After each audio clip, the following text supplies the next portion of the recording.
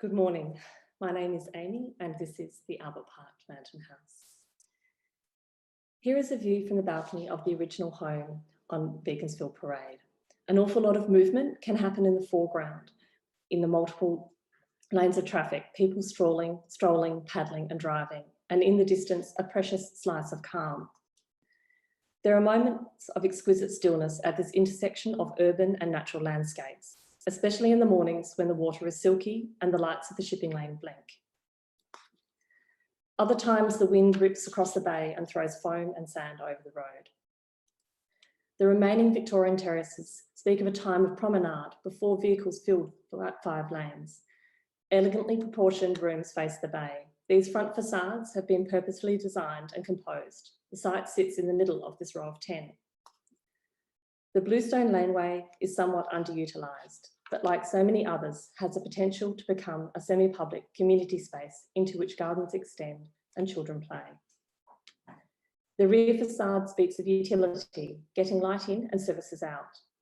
The original yard was for washing, growing and access. Over time, the outbuildings merged with the main house, blocking north light and outdoor connections. Gardens were lost under concrete. This is our client Louise, and her brief was to open living spaces to the sheltered northerly aspect away from traffic and the prevailing wind. The concept is derived specifically from this place. This boundary wall had an accidental scattering of white glazed bricks that shine luminous in the afternoon light. This was the starting point for the project. We looked at the changing light and texture that defined this landscape. The contrasting painted timber handrail to the pier reflects crisp white against stormy skies. We also look to the billowing, weightless clouds, forming cloudscapes, offset against a ruled horizon, the composition anchored by the sea wall. Nearby, the 130-year-old Kerford Road pier extends into Naum, Port Phillip Bay. As is typical of Victorian housing, the original main rooms are infinitely flexible. The laundry to kitchen ratio, however, was all wrong. We decided that the house didn't need to get much bigger, and the modest budget was focused on alterations to resolve the plan's shortcomings.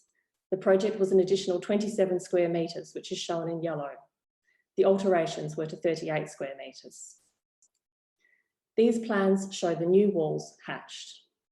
This layout consolidates services to the centre of the plan, placing the new kitchen and dining rooms where they can benefit from multi-directional light.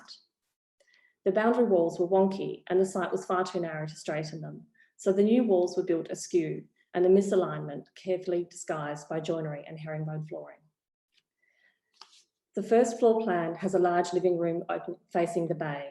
The disconnection of this room to the kitchen is mitigated by the new informal ground floor seating area facing the garden, without duplicating spaces.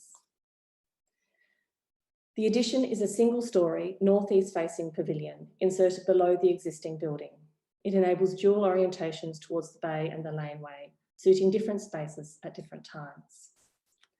The design is respectful of neighbours and causes no overshadowing, lifting the form high against the adjacent boundary, capturing precious sunlight and allowing the ceiling to billow and drift.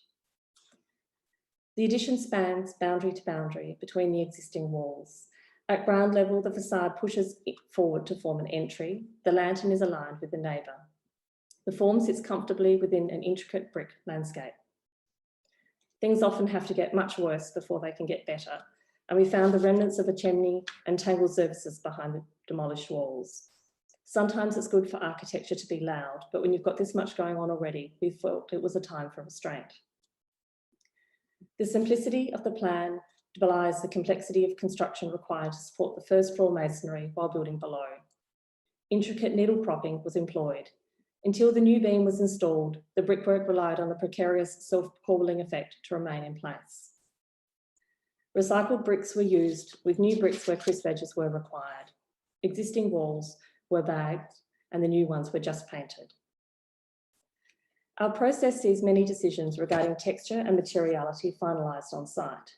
We looked at the local area for new possibilities for details. We were interested in how a detail, such as this nearby tuck-pointed brickwork, changes over time. We decided to point the facade with only the horizontal joints proud and the vertical joints struck flush. This elongates shadows and is a contemporary development of a local detail. This addition appears to have been slid between the existing brick walls. Clarity of the insertion is made distinct by the crisp painted finish, luminous against the textured masonry landscape.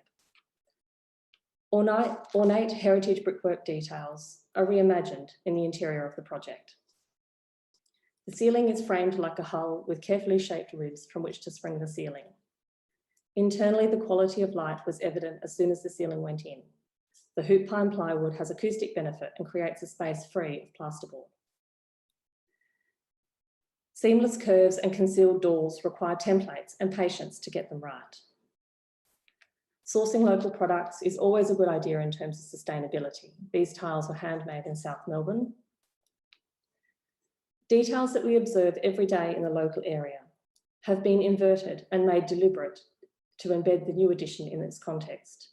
The trapezoidal clerestory is the only part of the project visible from outside the property and offers a tantalising glimpse of the new insertion.